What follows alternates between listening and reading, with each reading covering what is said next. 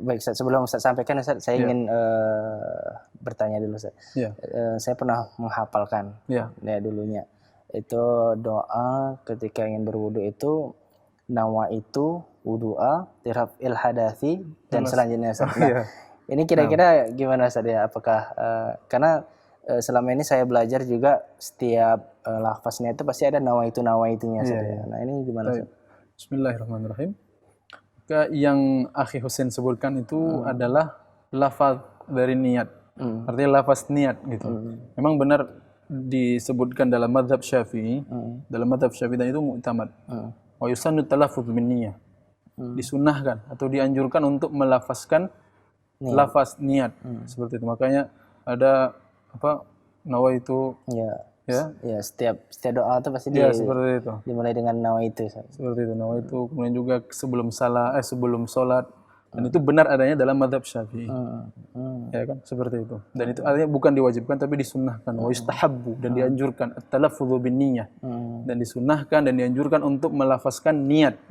Ya kan, dalam beberapa ibadah-ibadah seperti salat, usolli fardhu subhi sampai seterusnya. Kemudian juga yang Akhi Husain sebutkan tadi nawaitul wudu li raf'il hadatsil akbari atau asghari fardhan lillahi ta'ala. Saya pun masih sedikit mengingatnya ketika sebelum masuk pesantren seperti itu. Adapun ini dalam mazhab Syafi'i ini mustahab.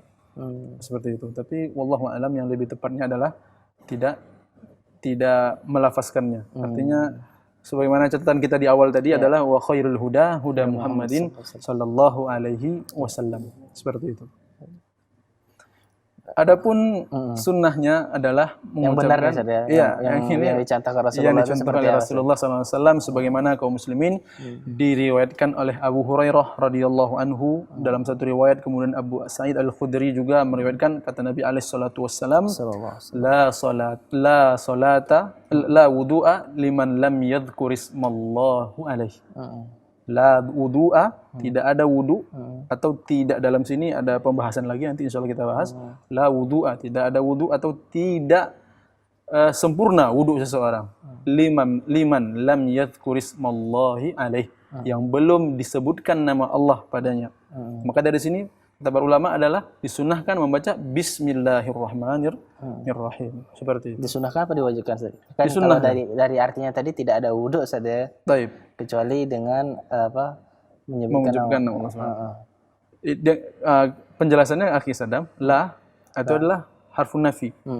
Huruf peniadaan. Artinya menunjukkan makna sebenarnya peniadaan. Tapi kata para ulama, peniadaan itu ada 3 tingkatannya. Yang pertama nafyul wujud.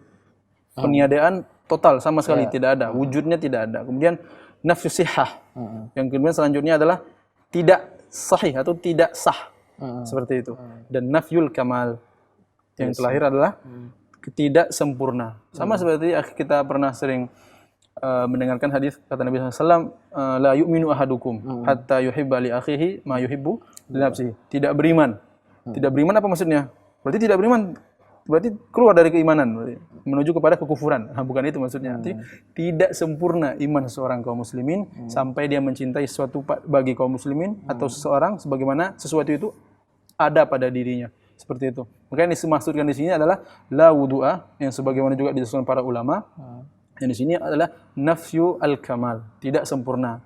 Walaupun Akhi Husain dalam mazhab Hambali khususnya, ini Imam Ahmad bin Hanbal berpendapat wajib. Atau perkataan yang lain juga ulama Hanabilah berkata ini syarat.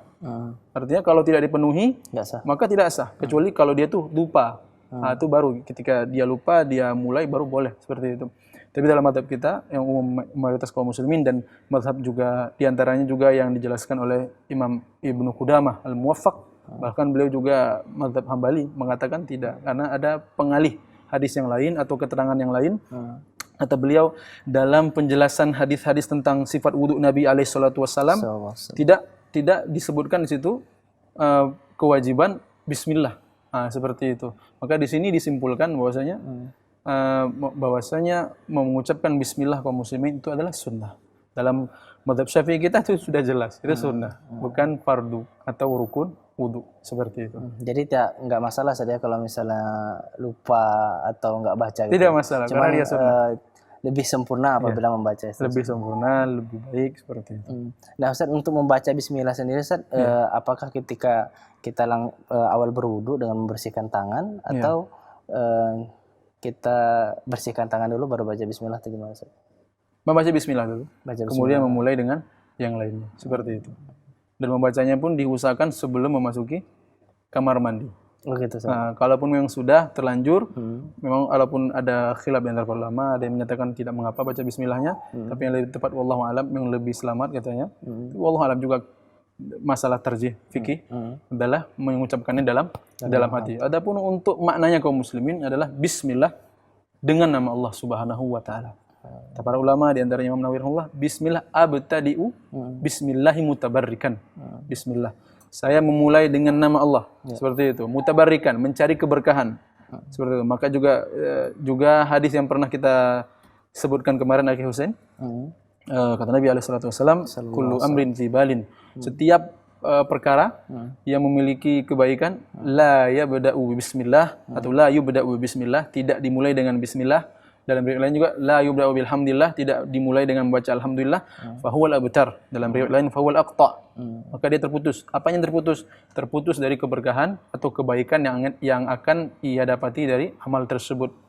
Walaupun sebagian ulama menilai hadis ini dhaif dan sebagian lagi menilai hadis ini baik atau sahih. Wallahu a'lam.